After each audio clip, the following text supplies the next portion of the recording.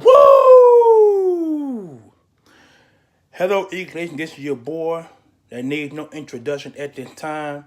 I made a video just a while ago and it was brutally interrupted. But now, since I got my head back on straight, let's get this ball rolling, as you will.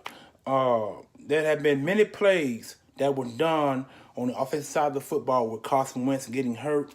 The knee injuries, I'm praying and hope that the injury was not that serious. Like I said before, if it's a knee sprain, I pray and hope that that's what it is, because we're going to need him for the long stretch going forward because the offensive side of the football continues to haunt me and it continues to concern me because now we got we got a right tackle and a left tackle and a left guard that didn't protect Carson Wentz quite well because he did more running in his life than he did in previous weeks going into this game here. So I'm hoping that they are able to fix that because if not, that's going to be a problem with these next 3 games because, see, even though we playing the last 3 weak teams going forward, some of these teams still got pretty good pass rushers on either side of the football. So if they don't find a way to fix that, that's going to be an issue for the quarterback that's going to be back there. Because, see, the way it's looking now, it might be Nick Foles. And we all know Nick Foles is not the most mobile quarterback in the NFL. This guy is more of a pocket presence than a runner. And if he does run the football, it won't be many yards. He'll be lucky to get 3 or 4 before he gets hit out of the end zone. The running game needs to get back on track because they were not able to run the football today in game against the Rams. So that needs to get back on track in the fourth quarter because in the Seattle game and this game, they were kind of iffy on the run game. They were doing more passes than run the football like they were supposed to.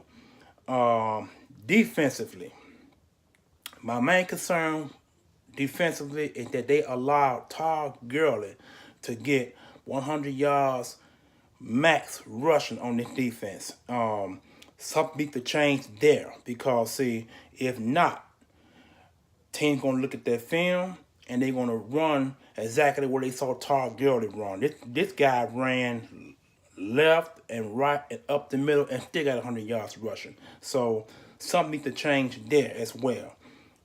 Defensive backs did the best that they could, knocking down balls. They didn't get no interception, but they were able to get a fumble that was caused by, oh my God, I am so stoked.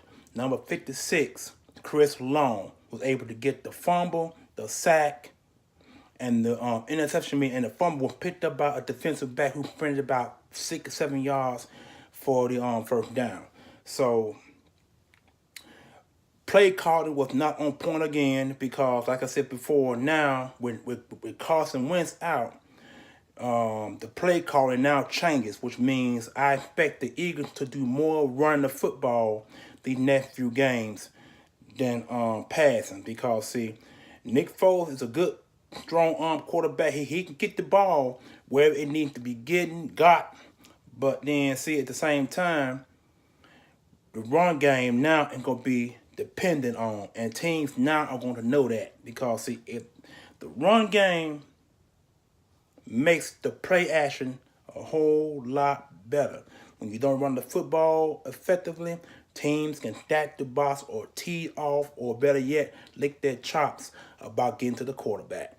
And so that will have to change going forward because these games, the next 3 games now are going to be critical. But I am smiling about 2 things. We are the NFC East champs. And we 11-2 with home field advantage because the Minnesota Vikings lost today against the Carolina Panthers. Today I was a Panthers fan and they came through for us. They were able to knock the Vikings 2 games back now because they got 3 losses. No, they got 3 losses. They knocked the Rams. I mean, they knocked the Minnesota Vikings 1 game back ahead for home fields because they're going to have the number 2 seed the way it's looking, and we're going to be number 1 seed.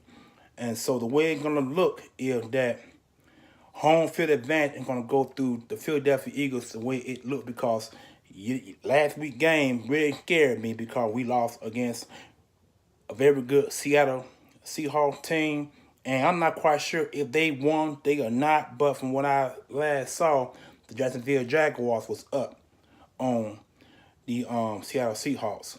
So I'm praying and hope that the Hawks lost, because if they lose, that will set up them for a wild card. And Seattle Seahawks are a pretty good team, and they could win any game going into the playoffs or depending on the seeding, because see, if they have the wild card game the way it's looking, their way it's going to wind up being, they're going to be a wild card team. They could battle into whatever seed they choose to play between either us or the Minnesota Vikings. So it could be either way, y'all.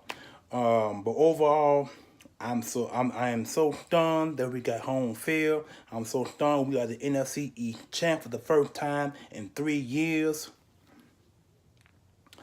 Things are looking up for the Philadelphia Eagles. I'm just praying and hope that Carson Wentz injury is not as serious as we all hope. This is the name of the video, which is called Week 13 Recap. This is your boy, sign off. EAGLES Eagles.